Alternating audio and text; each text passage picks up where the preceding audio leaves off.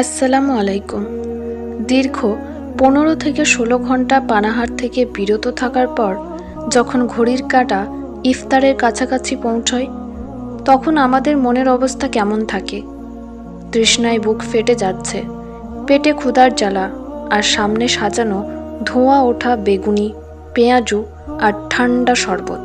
কিন্তু আপনি কি জানেন, ইফতারের ঠিক 1 মিনিট আগে আমরা এমন কিছু ভুল করে বসি যা আমাদের এই দীর্ঘ সময়ের কষ্টকে কেবল শারীরিক কসরতে পরিণত করতে পারে? আজ আমরা এমন এক গোপন বিষয় নিয়ে কথা বলবো যা হয়তো আপনি আগে কখনো এভাবে ভাবেননি।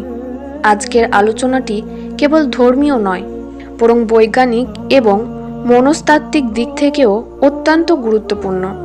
আপনি কি ইফতারের সেই 1 মিনিটে আপনার আমল এবং স্বাস্থ্য দুটোই নষ্ট করছেন না তো? চলুন বিস্তারিত জানা যাক।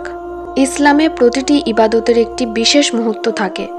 নামাজের জন্য সেজদা, হজের জন্য আরাফাত, আর রোজাদারের জন্য সেই বিশেষ মুহূর্তটি হলো ইফতারের ঠিক আগ মুহূর্ত। রাসূলুল্লাহ সাল্লাল্লাহু আলাইহি ওয়াসাল্লাম বলেছেন, রোজাদারের জন্য দুটি আনন্দ রয়েছে। একটি হলো যখন সে ইফতার করে, আর অন্যটি হলো যখন সে তার রবের সাথে সাক্ষাৎ করবে। সহিহ বুখারী। ভুল নম্বর 1, মোনাজাত ছেড়ে দস্তরখানায় সাজানো।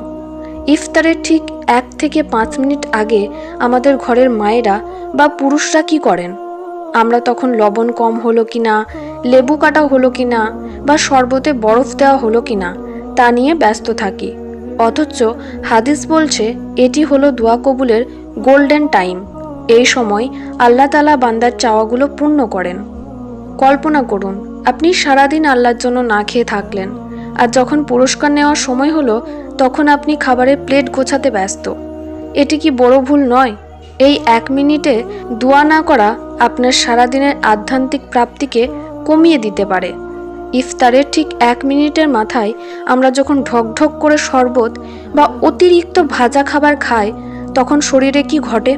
প্যানক্রিয়াস বা অগ্ন্যাশয়ের উপর চাপ পড়ে। দীর্ঘ বিশ্রামের পর অগ্ন্যাশয়কে হঠাৎ করে প্রচুর ইনসুলিন তৈরি করতে হয়। এটি দীর্ঘমেয়াদে ডায়াবেটিসের ঝুঁকি বাড়ায়। রক্ত সঞ্চালন।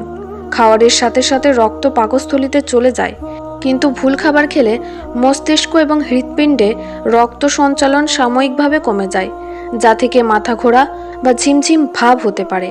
তৃষ্ণার্ত অবস্থায় বরফ দেওয়া ঠান্ডা পানি দিয়ে ইফতার শুরু করা পাকস্থলীর রক্তনালীকে সংকুচিত করে দেয়।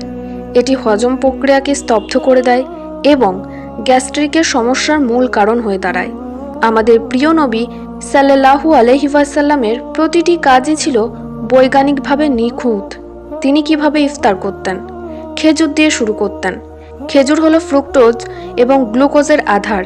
এটি রক্তের শর্করার ভারসাম্য দ্রুত ফিরিয়ে আনে, কিন্তু ইনসুলিনকে হুট করে বাড়িয়ে দেয় না। খেজুরে থাকা ফাইবার কোষ্ঠকাঠিন্য দূর করে। পানি পান। তিনি অল্প অল্প করে পানি পান করতেন। মাগরিবের নামাজ, এটিই হলো সবচেয়ে বড় সিক্রেট। ইফতারের প্রথম 1 মিনিটে সামান্য খেয়েই তিনি নামাজে দাঁড়াতেন।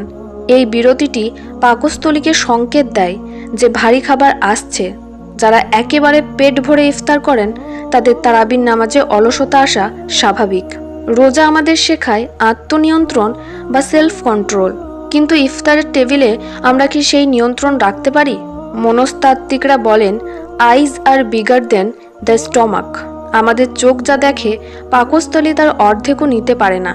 আপনি যদি 1 মিনিট ধৈর্য ধরে খাবার খাওয়া শুরু না করেন, তবে আপনার নবস বা প্রবৃত্তি আপনার উপর জয়ী হয়ে যায়। তখন আপনার রোজা কি কেবল উপবাসে পরিণত হলো না? আসুন আমরা একটি পূর্ণাঙ্গ রুটিন তৈরি করি যা আমাদের জীবন বদলে দেবে। ইফতারের 5 মিনিট আগে সবকিছু টেবিলে রেখে অন্তত 2 মিনিট নিরিবিলি আল্লাহর কাছে নিজের গুনাহ মাপ চান এবং পরিবার ও দেশের জন্য দোয়া করুন। ইফতারের 1 মিনিট আগে ইফতারের দোয়াটি মনে মনে পড়ুন এবং খাবার সামনে রেখে আল্লাহর শ্রেষ্ঠত্ব ঘোষণা করুন। ইফতারের শুরু 1টি বা 3টি খেজুর এবং 1 গ্লাস সাধারণ তাপমাত্রার পানি। এরপর 2 মিনিট বিরতি দিন। সালাত আদায়, মাগরিবের নামাজ পড়ে আসুন। এটি আপনার শরীরের মেটাবলিজমকে সক্রিয় করবে। মূল ইফতার, তেলযুক্ত ভাজা খাবার এড়িয়ে দই, চিড়ে, ফল বা ঘরে তৈরি স্বাস্থ্যকর খাবার খান।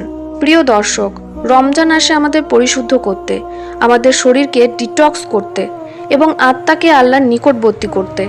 ইফতারের সেই 1 মিনিটের ভুল যেন আপনার পুরো মাসের অর্জনকে ম্লান করে না দেয়। খাবার তো রোজই খায়, কিন্তু আল্লাহর সন্তুষ্টির এই সুযোগ বছরে মাত্র একবারই আসে। আজকের পর থেকে কি আপনি ইফতারের আগের সেই মূল্যবান সময়টি দোয়ায় ব্যয় করবেন, নাকি আগের মতোই ভাজাভুজিতে মগ্ন থাকবেন? কমেন্ট করে আমাদের জানান। ভিডিওটি আপনার বন্ধু এবং পরিবারের সাথে শেয়ার করুন, কারণ আপনার একটি শেয়ার হয়তো কারো উপকারে আসবে। সবাই ভালো থাকুন, সুস্থ থাকুন। আল্লাহ আমাদের সবার রোজা কবুল করুন। আমিন।